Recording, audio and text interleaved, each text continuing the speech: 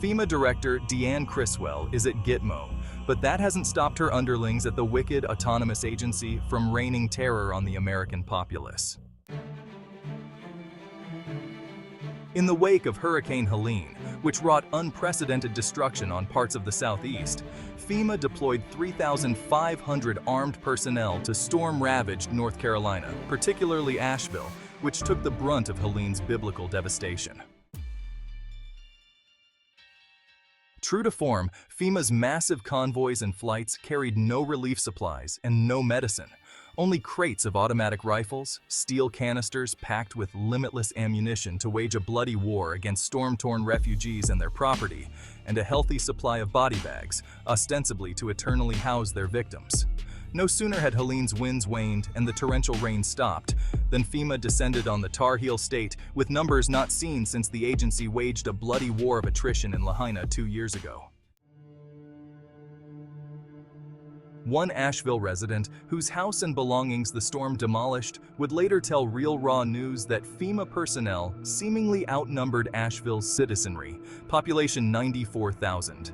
Hyperbole aside, one fact is still certain. FEMA dispatched the equivalent of 3 U.S. Army battalions to the Blue Ridge Mountains, having equipped them for a protracted conflict. The same resident told us that when she asked FEMA where she could seek refuge until the flooding abated, the agents, carrying M16s and pistols, suggested she find a hotel room outside the disaster area. Except there were no hotel rooms available. FEMA had already booked every room in a 150-mile radius. And even if she'd found one, she couldn't have reached it, for her car got swept away like a raft when pouring rain transformed her street into whitewater rapids. She'd lost her home, her car, her belongings, and she had neither food nor water. Adding insult to injury, an agent allegedly told her, "Too bad you lost it all. We could have made a deal if you had something to trade." As FEMA antagonized and intimidated citizens, another crisis unfolded in a Rutherford County village. On September 27th, the majority of Chimney Rock, once a serene, scenic vista, was destroyed by flooding, with the Broad River inundating the village. 2 days later, as residents struggled to save what they could, the Biden-Harris regime seized Chimney Rock under the auspices of eminent domain, an archaic unconstitutional law that allows the federal government to wantonly and irrevocably confiscate private property for public use.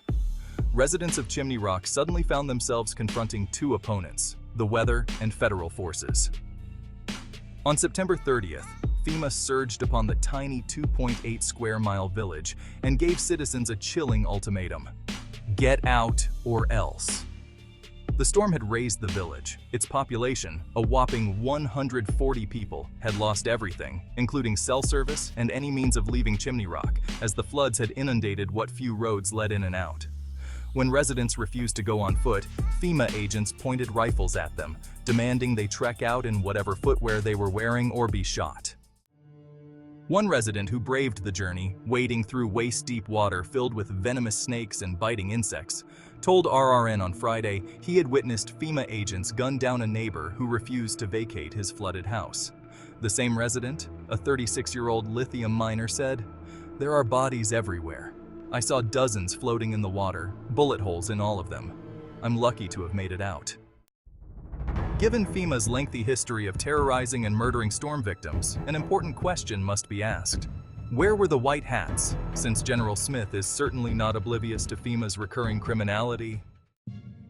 As of Thursday, white hats were in North Carolina and had engaged federal forces, a source in General Smith's office told RRN. "Better late than never," he said.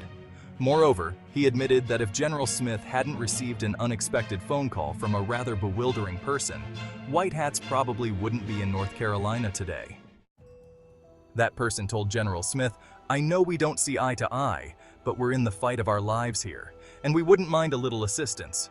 The caller was none other than the man known as Colonel Kurtz, the enigmatic leader of the Red Hats, who said his men had arrived in Chimney Rock and were fighting a pitched battle against FEMA and FBI agents trying to lay claim to the area's vast lithium deposits. Kurtz told General Smith he had lost 12 men the night previous, as Red Hats fought to stop marauding FEMA agents from fortifying their position. He said his men took out 2 helicopters that tried to insert more FEMA agents near the now-flooded Great Woodland Adventure Trail. Our source said the general convened an emergency meeting of the White Hat Council, which, following a 2-hour convocation, unanimously voted to aid the beleaguered Red Hats.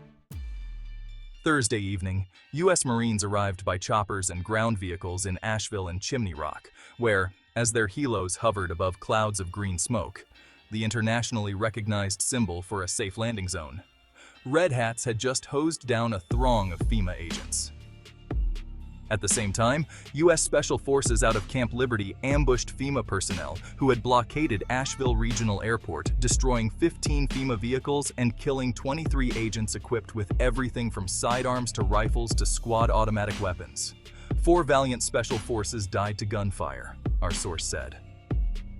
Meanwhile, in Chimney Rock, White Hats and Red Hats fought side by side, skirmishing with FEMA and FBI that desperately tried holding the Esmeralda Inn and Restaurant, a 3-story bed and breakfast where agents on the upper floor shot from the windows at White Hats and Red Hats.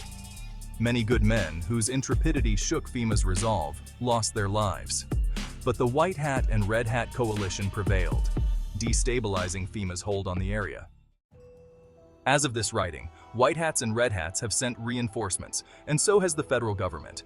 Our source said both White Hats and Red Hats will remain in North Carolina until every corrupt federal agent has been driven out or killed. The battle rages on.